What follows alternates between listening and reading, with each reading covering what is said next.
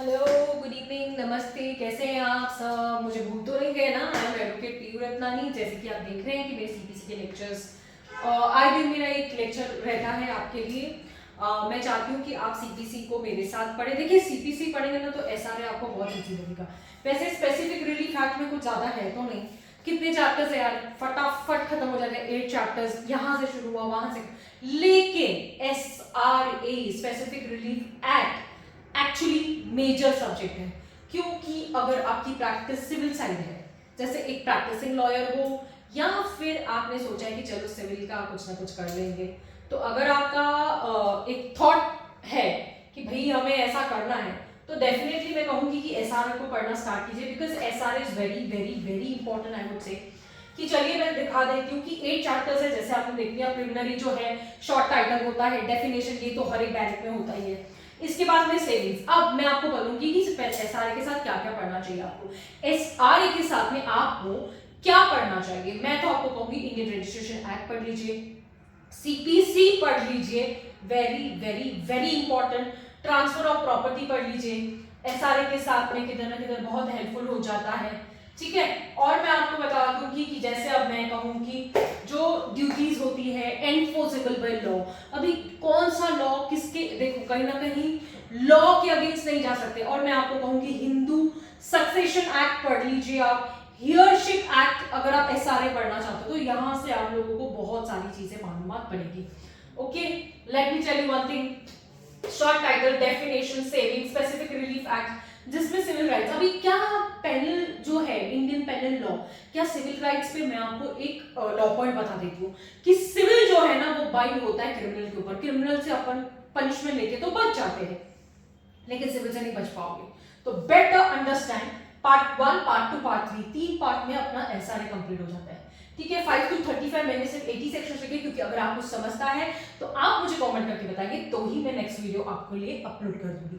ठीक है, आ जाते हैं डेफिनेशन पॉइंट ऑफ व्यू पे। Obligation, settlement, trust, trustee and all other words and expression. आपने all other words and expression कहां पढ़ा हुआ है, कौन से एक्ट में पढ़ा है, कौन सा सेक्शन है, जरा मुझे भी बताइएगा। ऑब्लिगेशन के टाइम में बताती हूँ कि ड्यूटी एनफोर्सेबल बाय लॉ, जो ड्यूटीज लॉ आपको एनफोर्स करने की इजाजत देता है, that is the duty. Settlement. अब इंडियन सक्सेशन एक्ट, आपको पता है सक्सेशन सर्टिफिकेट के लिए हम लोगों को कितने पापड़ बेलने पड़ते हैं, हमें क्या दिखाना पड़ता है कि इसका सक्सेसर कौन है, ये मरने के बाद क्या हुआ, ये मरने के बाद क्या नहीं हुआ। उसके बाद में ट्रस्ट क्या होता है, ट्रस्टी क्या होता है, ट्रस्ट एक फॉर्म की जाती है। आपको बता दूं ये ट्रस्ट क्या होता है। देखो, कहीं ना कहीं हम लोग बिजनेस नहीं करना चाहते, हम अपनी प्रॉपर्टी को ट्रस्ट पे देना चाहते हैं।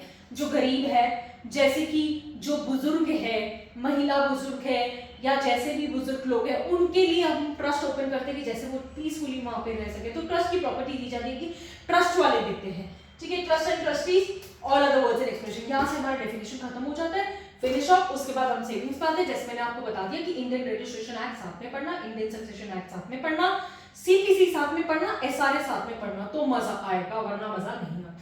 Specific relief granted in civil and penal, मैंने कहा सिविल राइट्स हमेशा ऊपर जाती है ना। कमिंग टू पार्ट 2, 5 to 35 में प्रिवेंटिव रिलीफ 36 to 44, जितना सा मैं आपको मैक्सिमम बता दूं। Recovery of possession of property suit by a person. देखो, रिकवरी का मतलब क्या होता है कि अगर आपकी प्रॉपर्टी किसी ने ले ली है, किसी के ताबे में चली गई, किसी की पोजीशन में चली गई, तो आपको रिकवरी नहीं करनी है क्या? आप बैठे रहोगे क्या?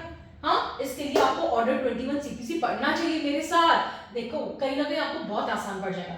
Suit by person dispose of the improved property, अगर कोई ऐसा है कि उसने डिस्पोज ऑफ करने की कोशिश की, प्रॉपर्टी को खत्म करने की कोशिश करी, तो this is really very important. फिर रिकवरी ऑफ स्पेसिफिक रिलीफ। अब यहाँ पे ना देखो, आप लोगों को मैं बता दूं कि Indian partnership act, Indian contract act, specific relief act, civil जो अपना सीपीसी है, इंडियन सक्सेशन, इन सबको मिला के पढ़ना चाहिए, वरना आप फेक हो। अगर आप, मैं बोलूंगी कि you are fakely studying this, that's not important for you, that means you are just आप क्या कर रहे हो, एक पढ़ रहे हो, हाँ ठीक है पढ़ना है, लेकिन डिटेल डेप्थ में नहीं जाओगे तो हाई कोर्ट और सुप्रीम कोर्ट के लॉयर्स कब बनोगे। उसके बाद लाइब्रेरी पर्सन नॉट ओनर, अब ओनर नहीं है, ठीक है। अब देखो क्या होता है ना, आजकल क्या होता है, कोई भी प्रॉपर्टी किसी का उठाकर, मैंने टैक्स पे मेरा नाम चढ़वा के ले लिया, ठीक है, मैं क्या हो गया, ओनर हो गया। जैसे अभी मैंने किसी को अपनी प्रॉपर्टी दी हुई है, ये ले रेंट पे रहे, एंजॉय कर, वो एंजॉय कर रहा है, 30 साल तक मैंने उसे रेंट ही नहीं दिया, डीम्ड ओनर हो जाएगा। क्या हो जाएगा, डीम्ड ओनर। फिर क्या करोगी, प्रॉपर्टी कहां से लाओगे, समझ में आया? तो एसआरए का मैंने सिर्फ एक ओवरव्यू दिया है। आप मुझे कमेंट करके बताओगे कि आपको ये वीडियो कैसा लगा। I would request you like share and subscribe, bell icon को प्रेस कर दीजिए और कहीं ना कहीं आपको मेरी वीडियोस डेली मिलेंगे। और इस वीडियो से क्या होता है पता है आपको? कुछ नहीं, लेकिन देखो क्या होता है, एक प्रैक्टिस हो जाती है। कहीं ना कहीं हम लोगों को लॉ रिफाइन रखना चाहिए। आप हमेशा देखो, मैं हमेशा कहती हूँ कि है ना, करंट अफेयर्स पे कमांड रखिए।